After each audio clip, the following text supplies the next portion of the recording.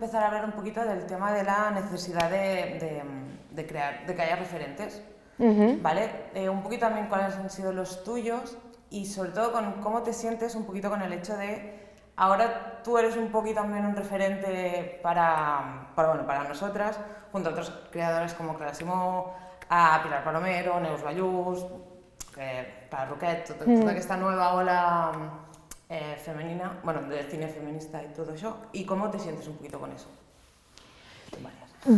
Con respecto a lo de los referentes, yo creo que es muy necesario tener referentes, no solo en cuestiones de género, pero siento que también para dedicarse al cine hay que tener referentes en cuestiones de clase. O sea, una determinada clase social o pertenecer a una determinada clase social quizás un poco más oprimida es un freno habitualmente para acabar dedicándote al cine, porque si en tu casa hay problemas económicos o estás viendo que tus papás, me lo invento, se levantan a las 5 de la mañana para ir a trabajar, es muy difícil que tú como individuo te proyectes en una actividad artística. Entonces, creo que en ese sentido es importante tener referentes y por lo tanto es importante también conquistar el relato cinematográfico y quizás ofrecérselo a otras clases sociales, ¿no? Porque históricamente ha dependido mucho de los hombres, pero de los hombres ricos, o sea, cis heterosexuales, ¿no? O sea, era como ese señor era el que contaba las películas. Entonces, para mí es importante que aparezca otro referente en ese ámbito que es la clase social, la procedencia, como queráis llamarle, y por otro lado en cuestiones de género, ¿no? También, o sea, para mí, cuando yo era muy pequeña y veía los Goya, por ejemplo, en mi casa una noche, para mí era súper importante, por ejemplo, un día me acuerdo perfectamente que un día estaba viendo los Goya y vi que en uno de los recuadros había una mujer nominada, ¿no? Que era Isabel Cochet. Y para mí aquello fue muy movilizador, pero a la vez como muy inspirador y siento que se necesitan este tipo de... Siento que necesitas poder ver que alguien lo hace para sentir que de alguna forma también lo puedes hacer tú. Entonces, en ese sentido, creo que todo lo que está pasando con el cine, la nueva ola del cine y sobre todo la nueva ola del cine catalán, porque ha pasado algo, o sea, no sé, ha pasado algo, sobre todo esa nueva ola de cine catalán liderado por mujeres que no hacen películas para mujeres, sino que hacen proyectos que lo lideran ellas mismas y otras mujeres en otros departamentos, está siendo muy bueno para esto, para que las universidades, las escuelas acaben llenas de otras mujeres que, como lo han visto previamente, también se pueden ver a sí mismas dirigiendo. Es un poco esto de si lo he visto hacer, me puedo imaginar haciéndolo, ¿no?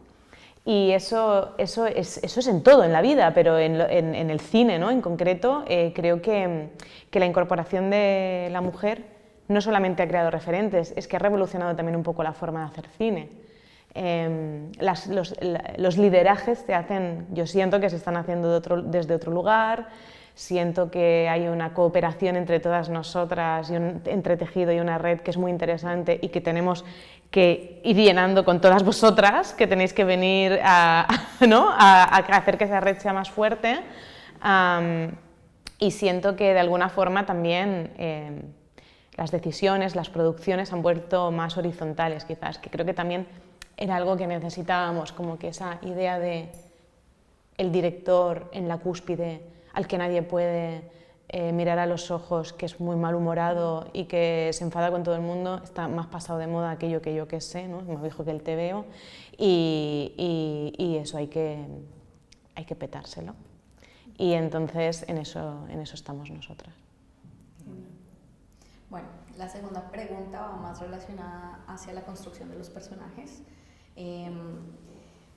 que son personajes de mujeres muy potentes, una historia muy fuerte y son personajes que muestran su fuerza y su vulnerabilidad a la misma vez. Entonces, esta pregunta va más relacionada desde el proceso de escritura, de cómo ha sido ese proceso, y también el proceso ya de creación y construcción de personaje con las actrices, de cómo ha cambiado, qué le han agregado, ¿sabes? Como ambos procesos como también van de la mano, bueno, que nos cuentes un poquito de ambos. Bueno, yo creo que toda esta construcción de nuevos personajes también tiene una componente espiritual, si quieres, que nace desde las propias creadoras. O sea, para mí la creación, vivir desde la intentar vivir la vida desde un lugar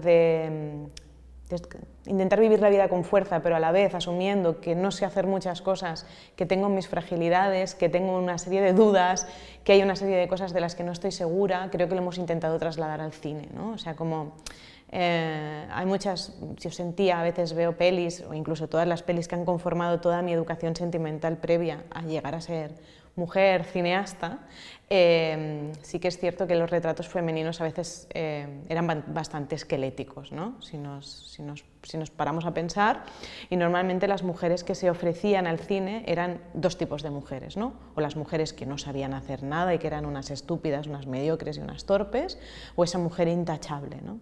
La mujer a la que nadie podía recriminarle absolutamente nada. Entonces creo que con la incorporación de la mujer en el guión también, porque no solamente es la dirección, sino que hay muchas más mujeres también haciendo de directoras de producción, de montadoras, de sonidistas, ¿no?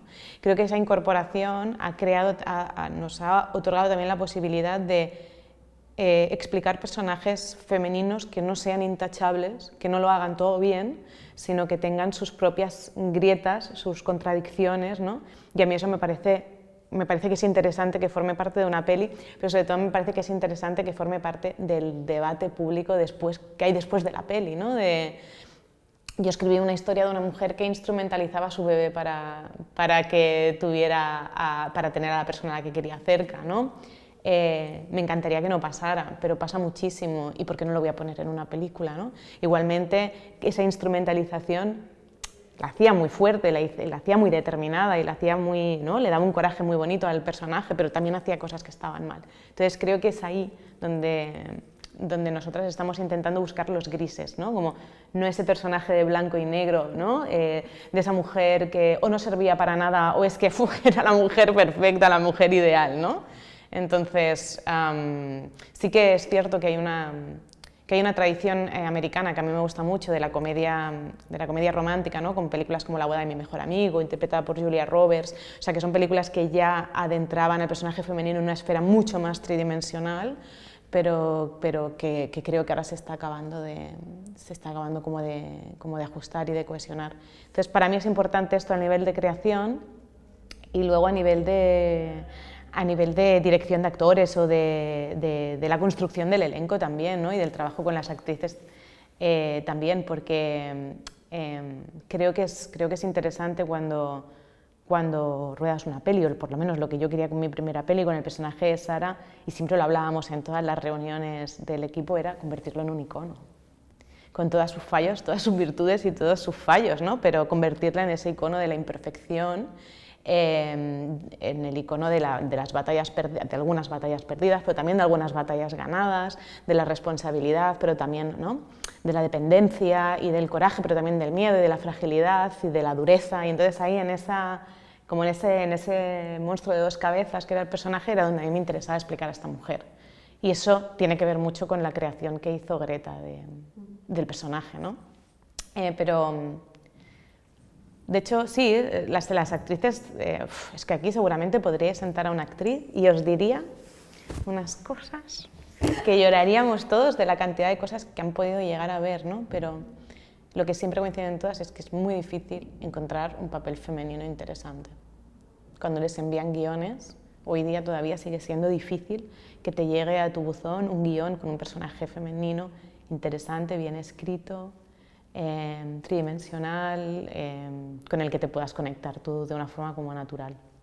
¿Qué consejos le das o nos das a las nuevas generaciones de guionistas y directoras en la construcción de estos personajes para precisamente no caer con todo en esta planicie de personajes que muchas veces uno llega de los estereotipos, de los polos bueno-malo, blanco-negro y cómo construir esos personajes, porque justamente ahorita estabas diciendo como todas estas características, ¿no? Entonces el coraje, como las virtudes, pero también de pronto esos matices, coges, ¿qué herramientas utilizas o bueno, qué nos podrías decir que nos sirva en el momento de la creación? Yo creo que es interesante partir de una misma, o sea, que a mí siempre escribo películas protagonizadas por mujeres, pero es que lo he intentado de verdad, pero pensar como voy a hacer una película protagonizada por un hombre y no he sabido Entonces, pero no por nada, sino porque soy muy mala inventando, soy muy mala teniendo ideas, entonces lo que hago siempre es tirar de mí, pero no solamente de mí, de mis amigas, de la gente que tengo alrededor, de una chica que conozco un día en un lavabo de una discoteca.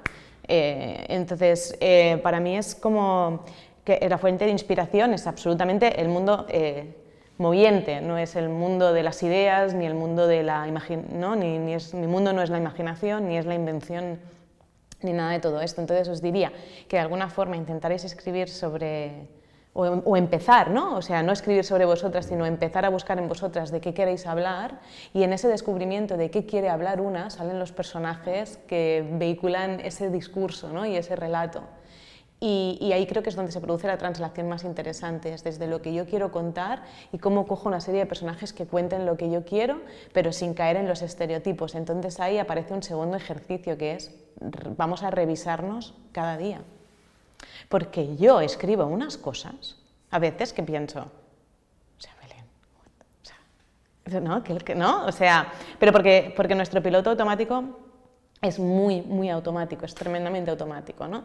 Entonces, para parar ese piloto automático, para desactivarlo, lo mejor es hacer revisiones constantes de qué es lo que una está escribiendo y si la representación de la mujer que una está poniendo sobre papel le parece placentera a la hora de leerla o no, porque a mí me parece placentero leer a una mujer que se equivoca y que intenta hacer las cosas y que no sabe. Entonces, esto tiene que ver conmigo, me apela a nivel ideológico, me apela a nivel político, o de repente se me ha colado aquí algo que es que se nos cuela constantemente. O sea, a mí, por ejemplo, yo soy una mujer heterosexual y soy cis, y a mí me cuesta muchísimo que salga de mí, de mí adentro inmediatamente, escribir una pareja homosexual. O sea, todos mis personajes comparten la vida, todos mis personajes mujeres comparten la vida con un hombre. Entonces, pero porque es mi piloto automático, pero sí que creo que es interesante revisar esos pilotos y poder decir, cuidado que aquí se me está disparando y tengo que detenerlo. A mí me gusta mucho hacer este ejercicio, ¿no? En el que coges todas las secuencias de la peli y marcas con un signo positivo o negativo cómo se está portando tu personaje en esa película.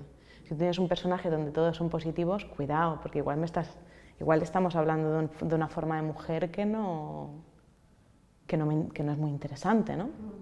Entonces, para mí la clave y la gracia de todo es la revisión.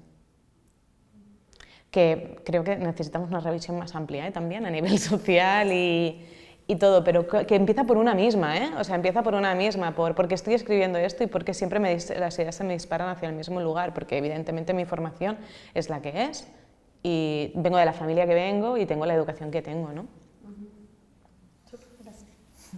Bueno, ahora es un poquito más, es un poco de la presión que hay hacia las óperas primas. También, sobre todo el hecho de que ahora se quieren que se hagan óperas primas que sean perfectas, que no parezcan óperas primas, y toda la presión que se está haciendo con esa eso. Frase maldita, ¿no? Sí. No parece una primera peli, ¿no? Claro, pero es que tiene que ser la primera peli, tiene que haber cosas de decir, bueno, aquí hay cosas que valen, pero una segunda oportunidad. Y entonces justamente también el problema que está habiendo, la presión que hay para hacer los segundos proyectos, lo que está costando, que por ejemplo Neus Bayús dijo en una gala de los Goya que es como, no hemos venido a hacer solo óperas primas, hemos venido a quedarnos. Y es todo esto, ¿cómo lo ibas gestionando, cómo lo has gestionado? Y en referente al nuevo proyecto que estás haciendo, ¿cómo se lleva esto? Todo el tema de la presión, ¿cómo lo has notado? Y yo no sé muy bien cómo se gestiona todo el tema de la presión, lo que sí que sé es que compartirlo con amigas cineastas es sanador.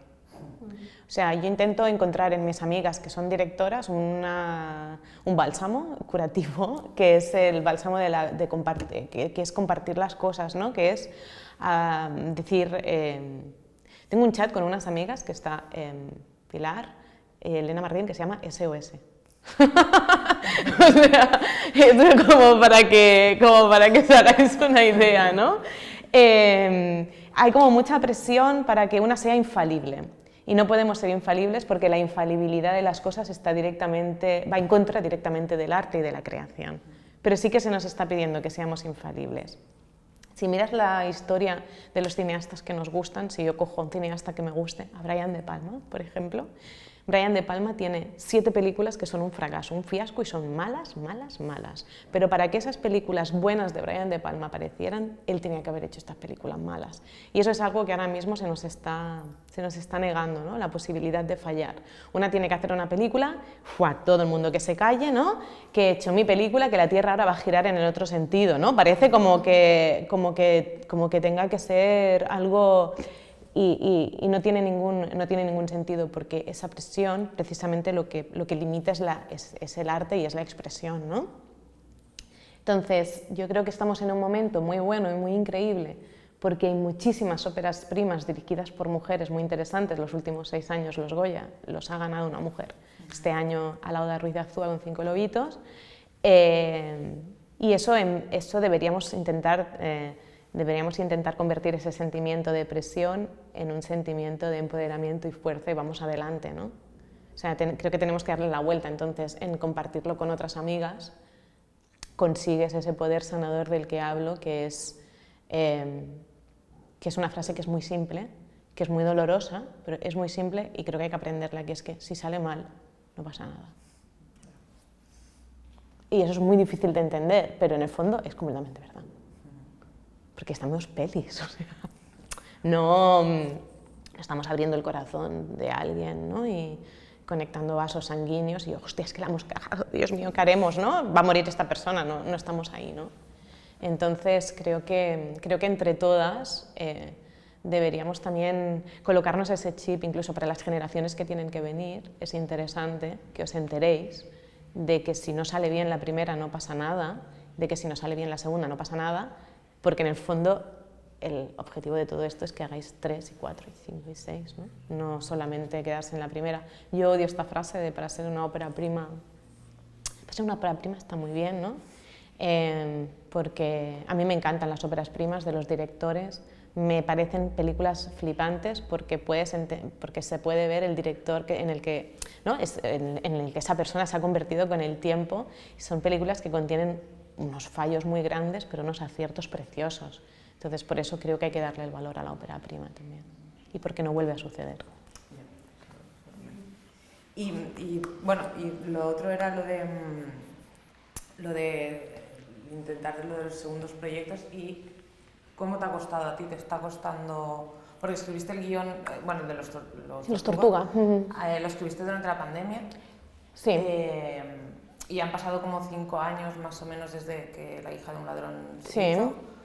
Y también ha habido la pandemia por en medio, pero estos 5 años han sido... o sea, ¿hubieses empezado antes a hacerlo? Por el tema de presupuestos, el tema de todo esto, ¿o ya ha ido bien que haya sido un poquito más reposada del tiempo? ¿Cómo va? ¿Cómo lo estás sintiendo? A mí me gustan los procesos lentos, largos y dilatados en el tiempo, y creo que el cine, contra más lentamente se hace, mejor es. O sea, no sé, igual de repente si me dices, no, es que hay un documental, quiero rodar un documental en la guerra de Ucrania, te diría, pues ves, porque hay algo que es más importante, ¿no? Que es que se impone la realidad. Pero cuando son ficciones, es bueno tomarse el tiempo para hablar, para pensar. Es que hay algo de escribir que es perder el tiempo, que es mirar a la pared, o sea, y eso también hay que entenderlo como parte del proceso creativo y de escritura. Yo no hubiera adelantado yo frené los procesos de mi segunda película. Porque mi segunda película ya estaría rodada por el calendario que nos propusieron al principio, ¿no? Pero fui yo misma la que vio que la película no estaba lista para rodarse y que el guión no estaba listo para ponerse en imágenes, y yo misma paré ese proceso y lo detuve. Entonces creo que eso también es dirigir, ¿no? Es decir, cuánto tiempo necesito yo para que esta idea madure y para que esta idea llegue a un lugar que me parezca interesante. Y eso se hace con el tiempo, eso no se hace en un límite de revoluciones con el motor a tope, eso se hace perdiendo un poco el tiempo. Entonces yo soy fan de la vida, el slow cinema, de poder acompasar un poco el ritmo de mi vida al ritmo de mi creación. Eso me gusta, porque el ritmo de mi vida es muy... Ahora no, porque ahora estoy en una preproducción de una peli y estoy muy mal, pero cuando no estoy en una preproducción de una película, el ritmo de mi vida es chill, es es tranquilo. Entonces a mí me parece interesante acompasar tu vida a tu creación, porque ahí es cuando el cine y la vida se hacen un poco, las fronteras se diluyen un poco y me gusta. ¿Podrías contarnos un poco ese momento en el que dijiste toca dilatar el proceso? ¿Qué sucedió? ¿Qué encontraste ahí? Sucedió que yo estaba escribiendo un guión al que no estaba... Sucedió que yo estaba escribiendo un guión en el que no estaba muy segura de la historia que estaba escribiendo y que había que presentarse a las ayudas del Ministerio de Cultura para pedir el dinero. Y yo decidí que no íbamos a pedir ningún dinero porque la película no se iba a rodar, porque el guión no estaba listo y yo no estaba lista para rodarla. Y yo intento protegerme también de los nos. Los nos duelen mucho. Y hay que pasar por muchos nos, pero una también se tiene que saber proteger. Entonces, un no inútil es presentarte con un proyecto en el que no crees algo, ¿no? Entonces, por eso decidí no presentarme. Creo que con esto terminamos. Muy bien. Muchísimas gracias. Muchas gracias.